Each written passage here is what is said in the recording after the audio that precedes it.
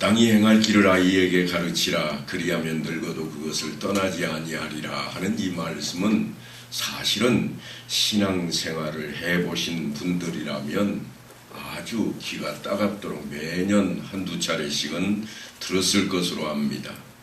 옛날 노래같이 우리 귀에 아주 익숙한 그러한 내용입니다. 우리는 이 말씀을 여러 차례 들어왔고 또 그것에 대해서 이야기도 많이 나누었을 것입니다. 하지만 이 말씀이 대단히 중요하다고 하는 사실을 우리는 이제 점점 우리 마음 가운데에 그리고 우리의 생각 가운데에서 잊혀져 가게 만들고 있는 때가 되지 않았나 생각을 해봅니다.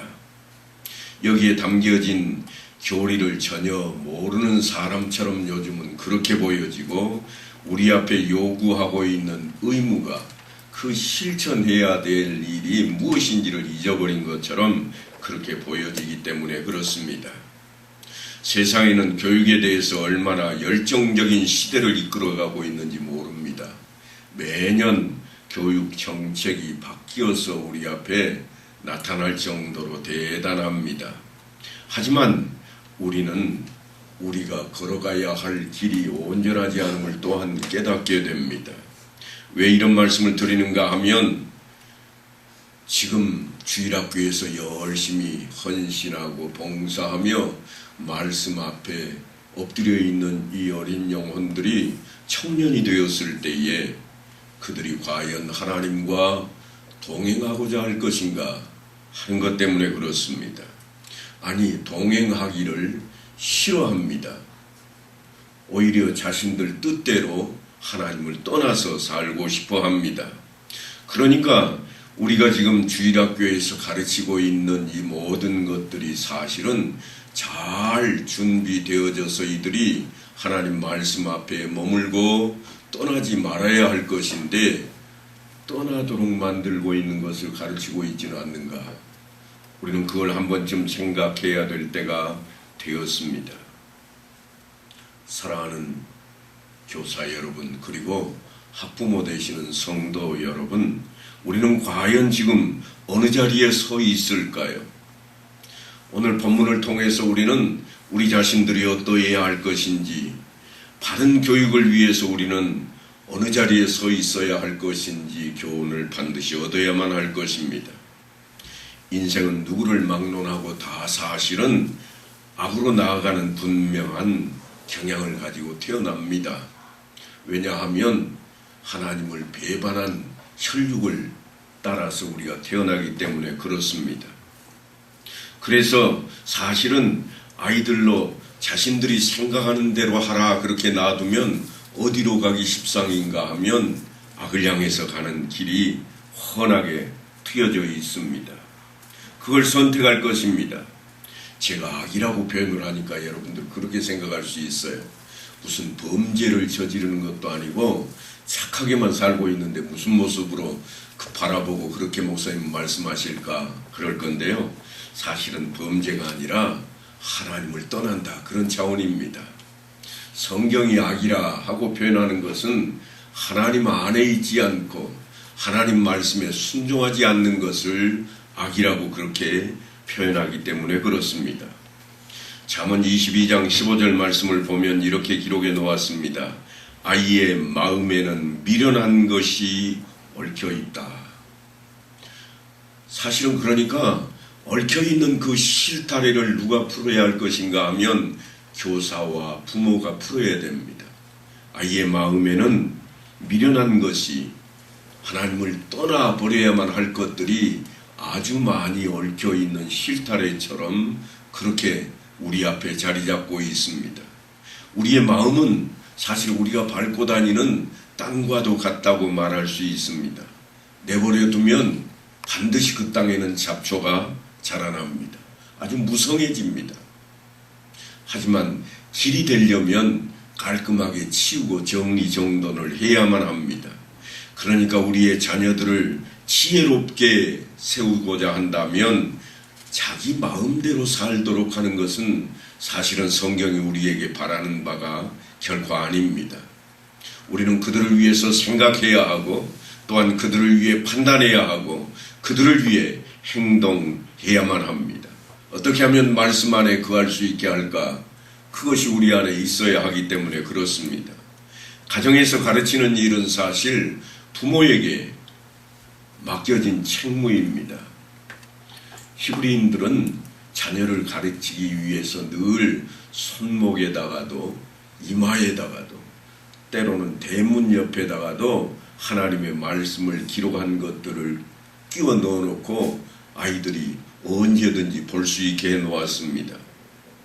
그렇게 말씀을 들으니까 어른들은 아무렇게나 살아도 되고 아이들만 말씀대로 살아야 되는가 하시겠습니다만 결코 그렇지 않습니다. 어른이 어떻게 하는가에 따라서 아이들도 그대로 배우고 익힐 것입니다. 그러므로 부모는 온유와 사랑과 인내를 가지고 자녀들을 함께 대면해야 됩니다. 자녀를 버르장머리 없이 키우라 그런 말씀이 아닙니다. 자녀들은 부모가 자기를 사랑한다는 것을 보고 자라야 합니다. 내 아버지가 내 어머니가 나를 사랑한다. 나는 부모의 사랑을 받고 있다. 이게 사라지면 아이에게서 뭐가 생기는가 하면 반기가 드러나올 수밖에 없습니다. 우리가 어디서든지 마찬가지입니다. 어른이 되어서 직장 생활을 하고 사회생활을 할 때도 마찬가지입니다. 상사가 나를 사랑하지 않는다고 생각하면 불평과 불만이 쏟아져 나오게 되어 있습니다. 그것이 가정에서도 마찬가지입니다. 부모가 자녀를 사랑한다고 하는 그 사실이 아이의 가슴에 들어와야 됩니다. 아이의 마음속에 내 아버지, 내 어머니가 나를 사랑한다고 하는 것이 느껴지게 만드는 것이 우리 부모의 해야 할 책무입니다. 그렇게 될 때에 아이에게 가르치는 것이 아이의 마음에 들어가게 되고 행동으로 드러나올 수 있는 것입니다. 부모의 말 한마디, 행동 하나가 그들의 모델이 될 수가 있습니다. 물론 어른 중에서도 아이들이 쉽게 접근할 수 없는 그런 사람들이 대다수일 겁니다. 아이들뿐만 아니라 강제하려고 하는 그 마음이 아이들에게서 생겨나지 않도록 우리는 늘 조심을 해야 됩니다. 아이들이 가장 존중하는 인물이 부모라고 생각하는 것은 나이가 어릴수록 그러합니다. 점점 나이가 먹어가면서 그들은 목표의 대상을 갈아치우기 시작합니다. 왜냐하면 부모에게 받은 사랑이 빈약하다고 생각하기 때문입니다. 아니, 내 부모보다 다른 사람이 나를 더 사랑한다고 생각하면 부모를 놓아버리기 십상입니다. 바로 그게 오늘 성경의 이야기입니다. 때로는 아이들이 강요된 순종을 인해서 등을 세우고 목을 곧게 만들기도 합니다. 왜냐하면 사랑으로 바라보지 않기 때문에 그렇습니다. 마치 아이들은 길들여지지 않은 야생마와도 같다. 그렇게 교육학자는 이야기를 합니다. 그래서 길들여진 말이 되려면 야생마는 어떻게 하는가 하면 한 사람이 야생마에게 다가가서 야생마의 마음에 들도록 자신을 내보여주기 시작합니다. 그러지 않고는 야생마가 결코 훈련을 받으려고 하지 않기 때문입니다. 친절하게 그들을 다루어야 하고 그들을 이해해야 하고 조금씩 실타래를 풀듯이 그렇게 풀어야 합니다. 아이들은 야생마처럼 부족하고 연약합니다. 그들에게는 오래 참고 사려 깊은 자리가 있을 수가 없습니다. 그것은 어른된 우리의 몫입니다.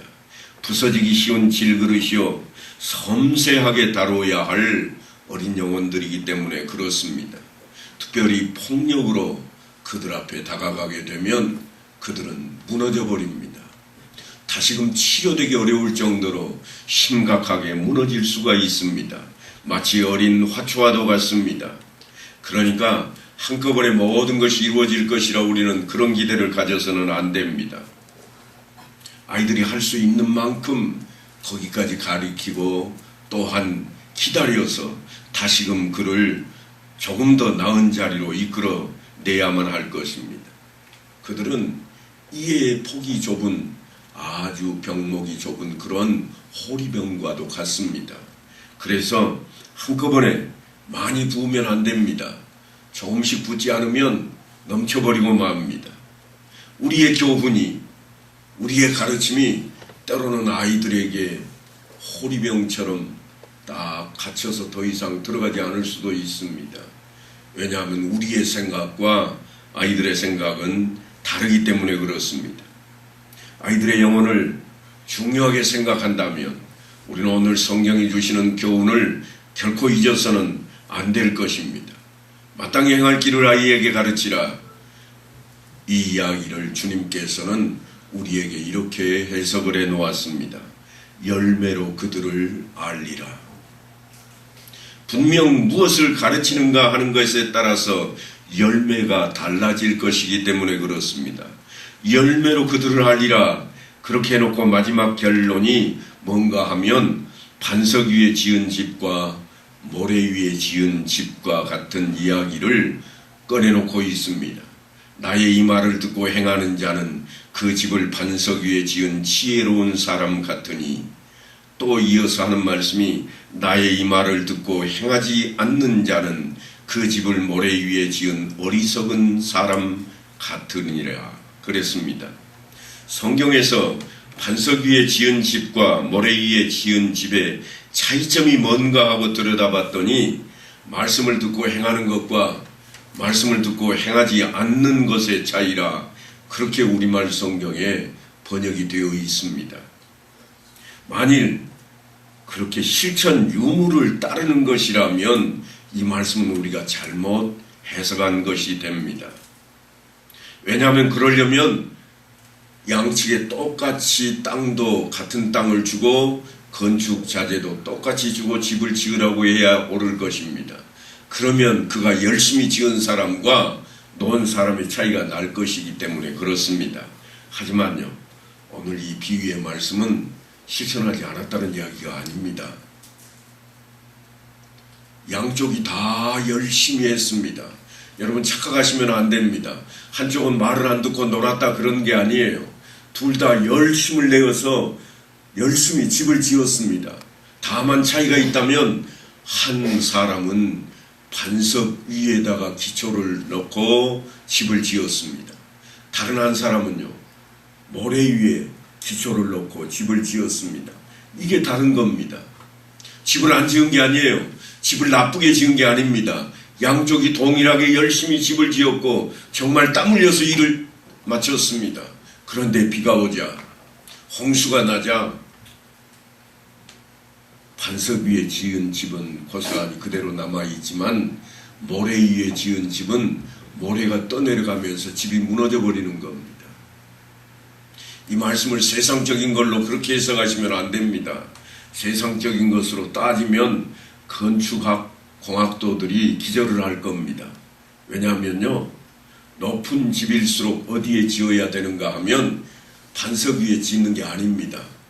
반석 위에 짓는 집은 1, 2층이 고작입니다. 10층 이상 올라가면 어디에 지어야 되는가 하면 모래밭에 지어야 됩니다. 왜인지 아세요? 바람에 집이 흔들릴 때 같이 따라서 움직여 줘야 되기 때문에 그렇습니다. 반석 위에 지으면요, 바람 치면 부서집니다. 그래서 높은 건물은 다 어디 있는가 하면 갯벌 위에 있든지 모래밭 위에 있습니다. 여의도에 왜 높은 집이 있을까요? 바위가 있어서 그럴까요? 아닙니다. 그 아래에 땅 깊이 파이를 파고 집어넣고 건축을 했을 때 바람이 불 때 이 건물은 바람에 따라서 움직입니다. 물론 세미하게 움직이겠습니다만 그 움직임이 없으면 이 높은 집은 부서져 버립니다. 그러니까 건축학적으로 생각하는 말씀이 결코 아닙니다. 무슨 말씀인가? 주추를 어디에 놓았는가 하는 것입니다. 반석 위에 놓았다 하는 이 말씀은 베드로를 향해서 주님께서 하신 말씀이 있습니다. 너를 개발하리라. 개발을 번역하면 반석입니다. 그리고 하신 말씀이 이 반석 위에 뭘 짓겠다고요? 교회를 짓겠다. 믿음의 기초 이해하겠다는 겁니다.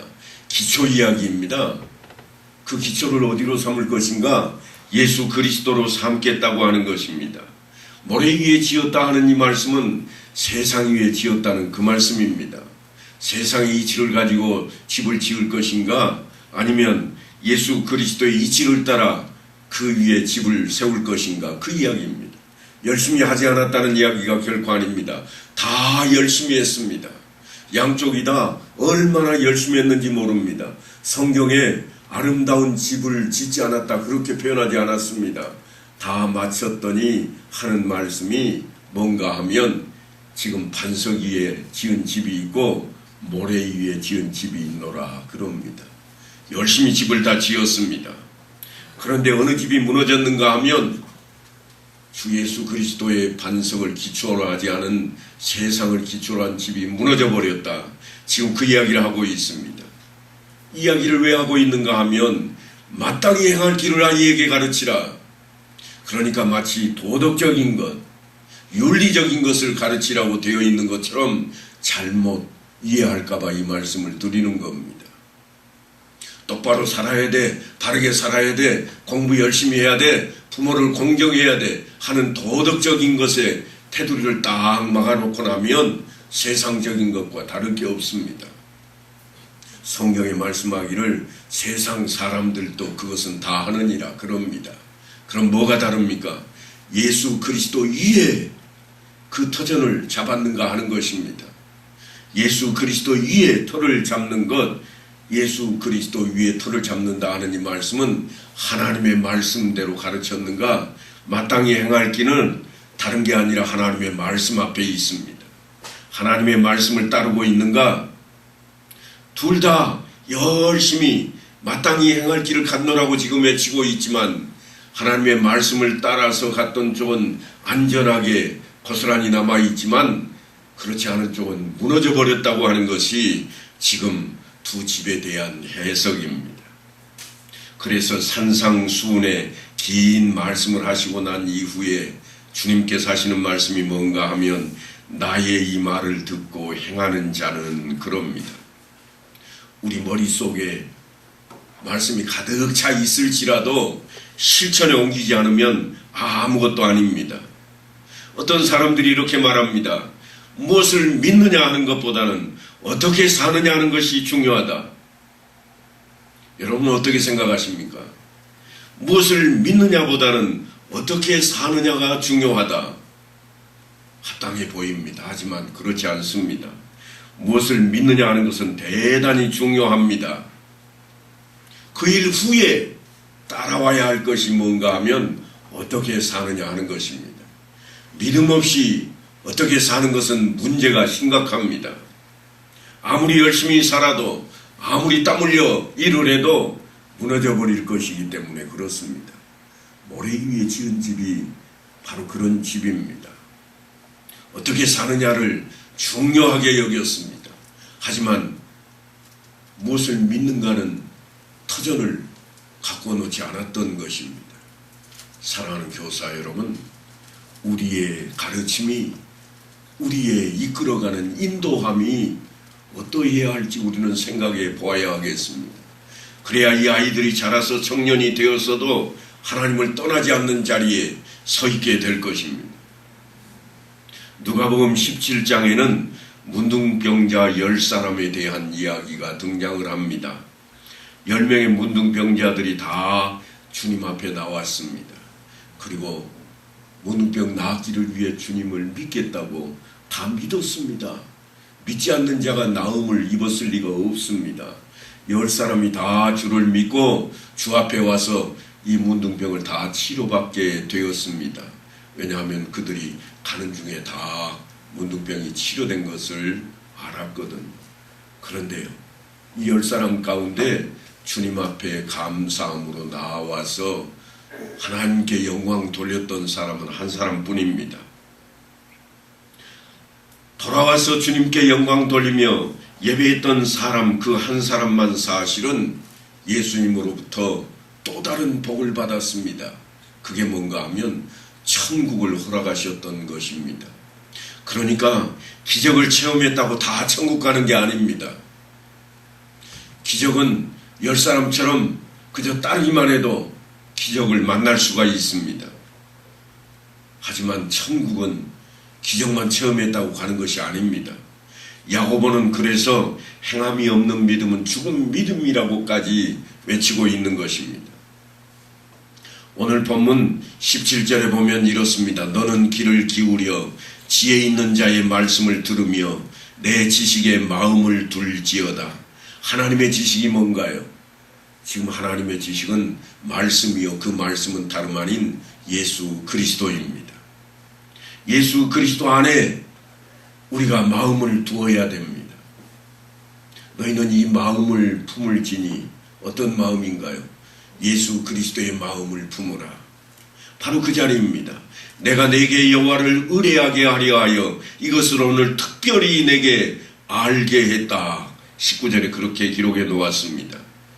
마땅히 가르치고 배워야 할 그 근본이 여호와 하나님을 알게 하는 것이요, 따르게 하는 것입니다.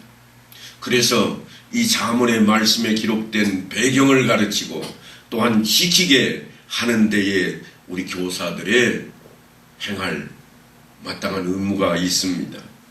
내가 모략과 지식의 아름다운 것을 너를 위해 기록하여 네가 진리의 확실한 말씀을 깨닫게 하며 또 너를 보내는 자에게 진리의 말씀으로 회답하게 하려 함이 아니냐 하고 21절에 이 교훈을 마치는 말씀처럼 아는 것이 끝이 아니라 믿고 시인하는 겁니다. 단지 하나님을 아는 삶과 또한 삶 전체를 통해서 하나님께 맡기고 나아가는 것은 전혀 다른 결과를 낳게 됩니다. 하나님을 의뢰하는 자로 마땅히 행할 길을 가르치는 교사가 되어야 할 것이 바로 그 자리에 있습니다. 주님께서도 내가 너희에게 분부한 모든 것을 가르쳐 지키게 하라 하고 마지막 명령을 우리에게 주셨습니다. 이 시간 함께 헌신을 다짐하는 교사 여러분, 그리고 학부모 되시는 성도 여러분, 우리가 가지고 있는 이 모든 것을 통해서 내가 믿는 하나님, 내 안에 계시는 예수 그리스도를 마땅히 행할 길로 그 말씀을 그들의 터전이 되게 가르치고 인도해서 저들이 청년이 되어서도 여전히 주님과 동행하는 삶으로 이끌어 나갈 수 있게 되기를 간절히 축원합니다.